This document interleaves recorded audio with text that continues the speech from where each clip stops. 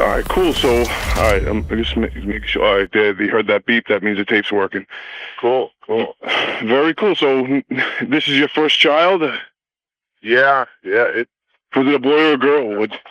It's a girl. Oh, very good. I have 3 girls, so. Oh yeah.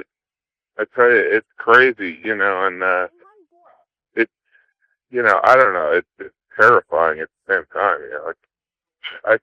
I could barely hold my kid together. How am I gonna help this kid? So, but it's amazing. I think you'd agree. It's like the best thing that's ever happened. Oh yeah, definitely. And like you said, it's the best thing, but it's also could be scary too, because now you got a lot of everything's on your shoulders now. Yeah. Now, she's only a couple of weeks old, I would guess, right? Yeah. Today is 1 month. Wow, very good. And have you come up with any new materials dealing with being a dad? Yeah, I tell you, it's great. I've got a whole like 5 minutes. I mean, some of it I had during the pregnancy, but it's really been kind of a source of inspiration. It's just a different point of view to look at the world. So, yeah, and I'm psyched because I'm going to do a whole baby set on I think Letterman. So that's always fun. Oh, very cool. And when can we expect that? You're already booked on for the show? Yeah, I think June 11th. Oh, awesome, man. So, yeah. That's cool. Baby thing, it's kind of like, it's inevitable. We all end up being Ray Romano. Yeah. Exactly. Yeah. Either that or Cosby. Yeah, that's true. Right. So that's awesome. So now, watching your comedy through the years on like Conan and then seeing you live and stuff like that, you definitely are one of the better craftsmen of the art of stand up. You definitely have like a very smart style of comedy. Oh, thanks. Yeah.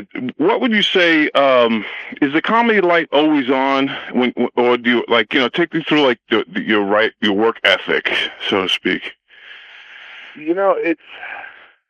I tell you, I go through such varying levels of work ethic. I almost feel like, the writing all the time thing almost becomes counterproductive because it's kind of like, trying to get in a relationship. If you're desperate for the person, it kind of holds them off. I don't know if that makes sense. Well, it's like, I feel like some of it is you have to have some life in your life to have jokes come up. Right. I used to just be so driven, like, I'm going to sit here at my computer and write. But, I have a big advantage because my wife, is pretty funny. So it's like, she's really funny. So I write with her. So it's kind of like, if I'll come up with an idea, we'll just kind of build on it. And, I've kind of brainwashed her to my point of view. Or there you go. Yeah. So now, like, do ideas just pop into your head or randomly, like when you're driving or in the shower or something? Always when you don't have a pen, or do you sit down with your wife and actually start saying, all right, let's figure out a bit? Well, I think some of it is identifying some oddity. Right. So, like, an example would be, the whole notion of, like, as a father, you want the kids to, as much as you love and trust your wife, there is, like, the fear, like, what if this kid is black? You know what I mean? Yeah, right. Or what if it's Asian and my wife's not Asian? You know what I mean? It's like playing off of that, and also, playing off the notion that, like, so, I mean, I came up with a joke which was just like, the baby's beautiful, looks just like my wife, except it's black. Yeah. So some of it is just, but I think sometimes I just find something really odd trying to think of an example of something I find odd. Like the whole thing about how babies only eat breast milk, Right. and then I kind of tried to turn it around because my character is kind of like a selfish guy anyway. So I turned it on like when the baby's crying a lot, I'll just eat a cheeseburger right in front of it, and I'll be like, enjoy your cry, baby. Yeah, it's great. But who knows? I mean, and also it's weird because I don't know if you encountered this. It's like, you come up with some great jokes on a certain topic, and there's only so much that an audience will want to endure in a topic. They'll be like, enough with the baby shit. Yeah. So. Now you've been working the newer baby material out, and how's it been working with the new audiences now? I think it's going fine.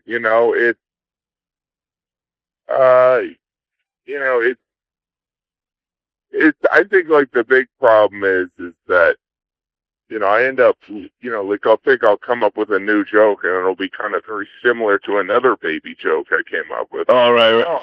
No wonder I was excited about that. I already have that joke. Right. And then, obviously there's always, you want it to be original, and, babies have probably been, I mean, the topic of babies has been beaten to death, I'm sure. So it's like, it must be kind of, I mean, like, difficult to really find a really fresh angle on it, but it seems like you're doing that. I mean, there must be a lot of stuff you must say, oh, this has already been done. And yeah, I mean, it's kind of funny because, like, honestly, I mean, and it's in the back of my head. It's like when I would see people do baby material, like 2 years ago, 3 years ago, I wouldn't identify with it. I'd be like, well, I'm sure that's relevant to all the nerds that have kids, but I don't know what, I mean, it's like, doesn't apply to me.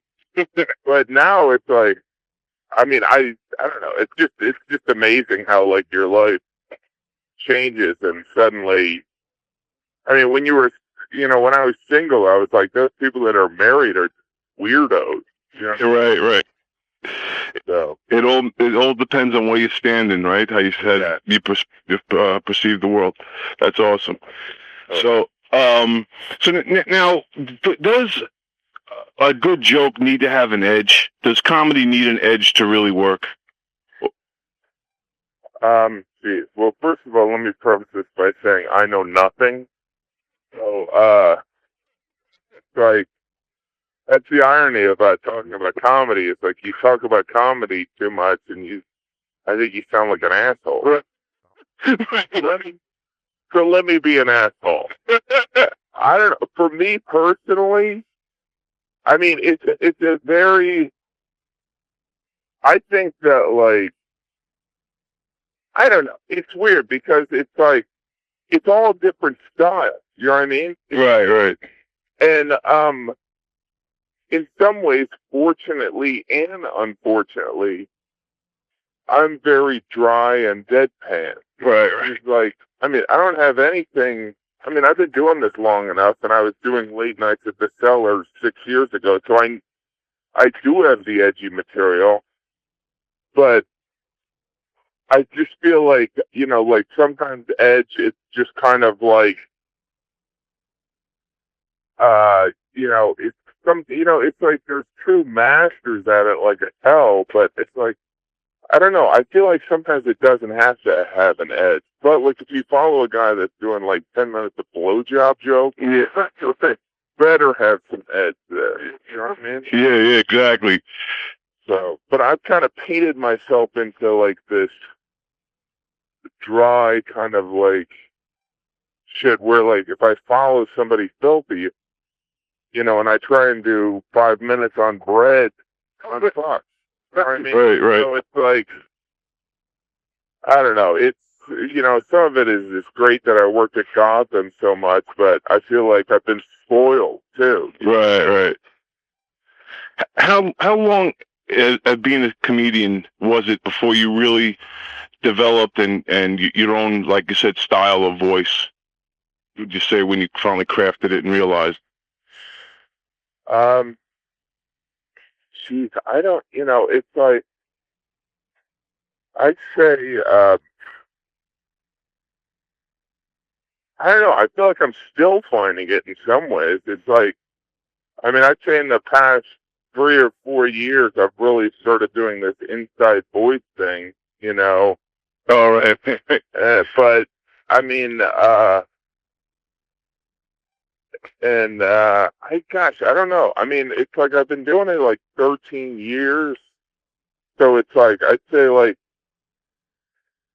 the first 6 years, there weren't, I don't think that I really knew what I was doing, but I don't know. It's like, it's like the baby joke. It's like it's ever changing. And I feel like sometimes when you see like some comic that is supposedly the hottest thing in the world, but he happens to be 55, it might not have any relevance to us. We're like, this guy's good? Yeah, right. It's funny to me. Right. And I'm like 2 steps away from that. So I don't know. But what I like too about you is that in stand up and just like any other art forms, that there's so many of the same thing, and you stand out. Like Jim Gaffigan is his own man. Like there's not anybody really to compare you to. You know what I mean? I think that says a lot. Oh, that's very flattering. Yeah. I tell you, I've had like, Attell was a big inspiration on me on kind of like word economy and efficiency of a joke and everything. Right. And so it's like, I think, I don't know how long you've been, you're a comic too, right? Or no? I briefly did stand up, but no, I was never accomplished or anything. Because, it's like, I'd say like 6 or 7 years ago, like every other comic, and it might still be true today, but like every other comic was kind of a knockoff of Dave Attell. You know what I mean? Right. Like, or you could see like Todd Ferry and what they were doing. Right. Some of it is like, in a very odd way, it's like I really got to the point where I had to hang out for like 7 or 8 years trying to get stage time. And then I just literally went insane and I couldn't watch stand up anymore. So it's like maybe I became less influenced by, Right. great comics. And, I almost feel like the Comedy Cellar, which is a great club, it's kind of like, in some ways it can be like the Wild West down there. So it's like, there's so many interruptions with people coming in and out. Right. So you're less likely to, you have to be, there's so many distractions that affects your style too. Right. And I'm just blathering on. Oh, no, not at all. Now, all the stuff going on these days with FCC and censorship. Being a frequent guest on these late night shows, what do you see this as being a problem, or where do you stand on this issue? Well, I think anyone thinks that like censorship is just ridiculous anyway. Right. And I just think that like it's like, come on, like Stern has been doing anything different for the past 10 years. I don't know. It's like, so I don't know. It's like I got a kid now. But so I'm more interested in like a V chip because I don't want her to like watch MTV and be dry humping at the age of 8. You know? Exactly. But I'm not into like censorship. You know what I mean? Right. It's like, yeah, I agree. I think censorship really should start at home and not have the government regulate us. Yeah, I mean, I think it's kind of most of the. I don't know, that censorship thing is just kind of like you never look like a good guy if you're for censorship. You know? Right.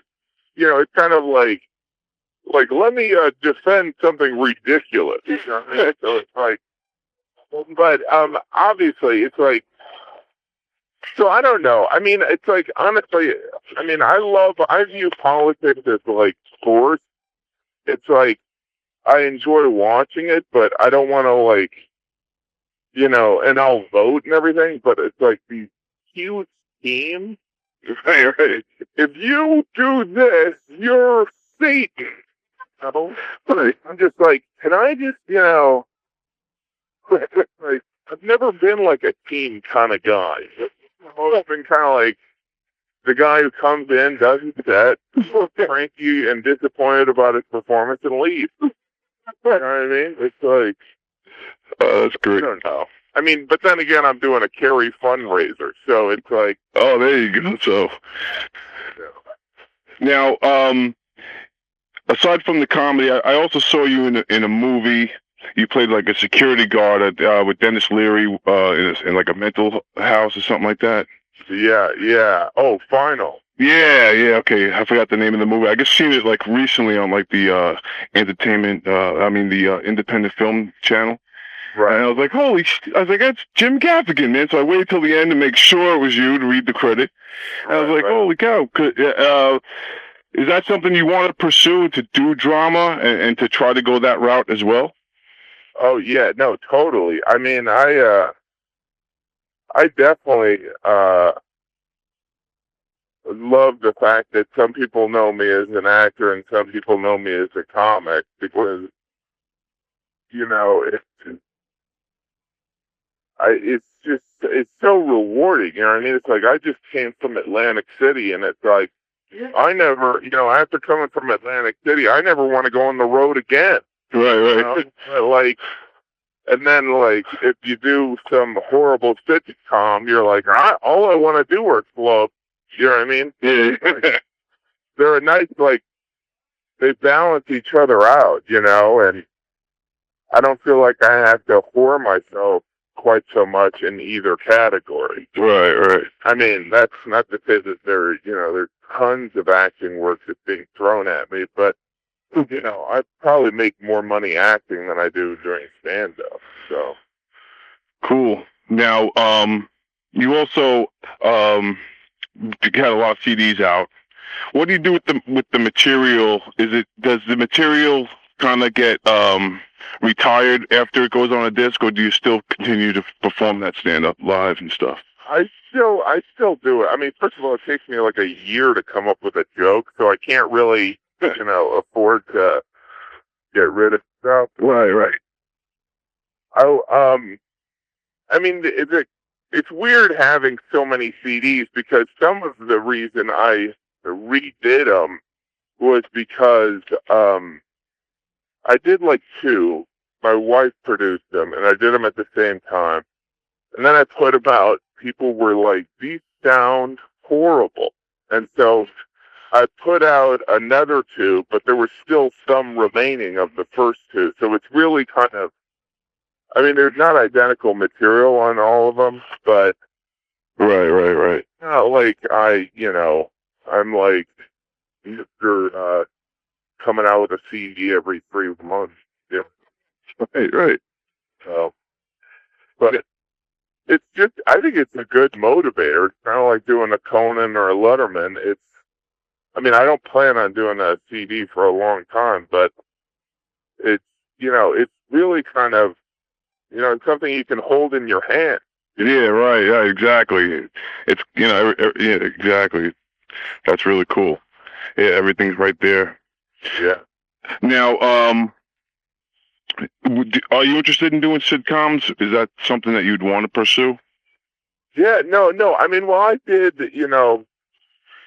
I did Welcome to New York, and then I was on the second Ellen sitcom, which was on for like 10 weeks. Right. And, I reoccur on that 70s show, and I mean, and Ed, which is no longer around. But some of it is, yeah, I mean, sitcoms are great. I mean, I'd rather do like single camera, kind of like an Ed show, but Right.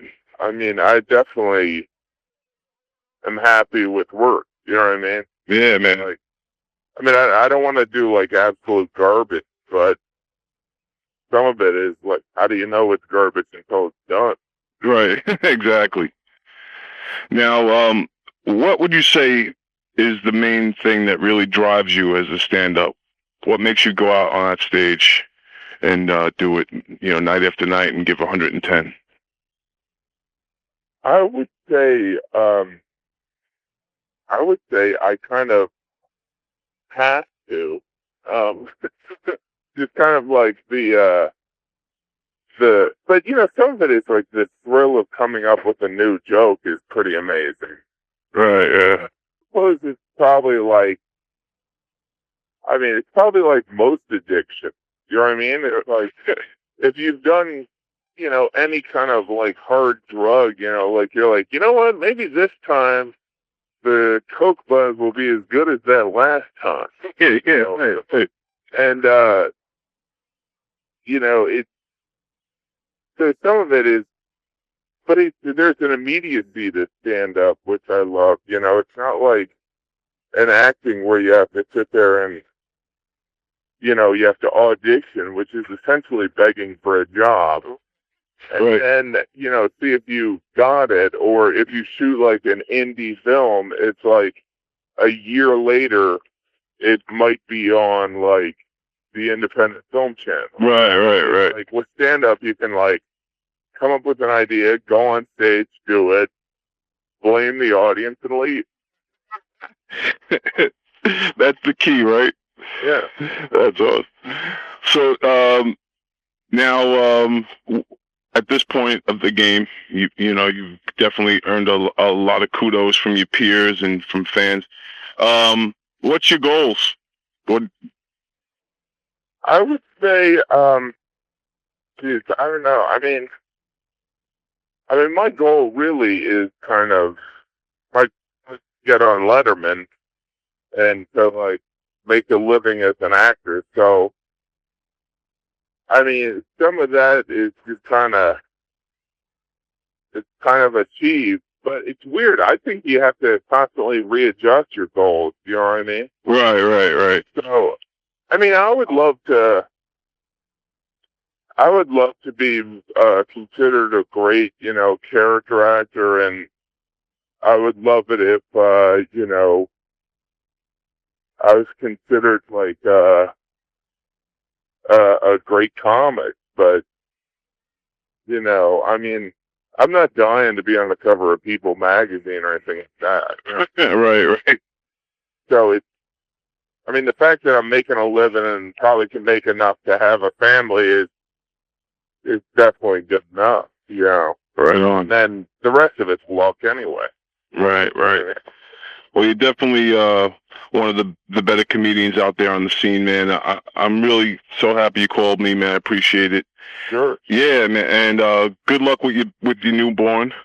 Oh, thanks. Yeah. Good luck with your girls. Oh, thanks. Yeah, my oldest is 13, so they're a headache already. But oh my God, that's scary stuff. Yeah. Well, God bless, man. Okay, take care, Jim. Excellent, man. So, yeah, you're a true veteran of the comedy scene and all that. How long have you been doing stand up now? Oh God, I've been doing stand up since the 70s. Wow. Yeah. And you started in Milwaukee, and then I moved to San Francisco in 1980. because at the time there were 3 cities in the country where you could earn your living at stand-up, and they were Chicago, Boston, and San Francisco. So you were there from the 70s and then through the big comedy boom of the 80s. Yeah. And do you see comedy kind of repeating itself, and do you see it kind of like the 80s again? Is it coming back, like in that sense?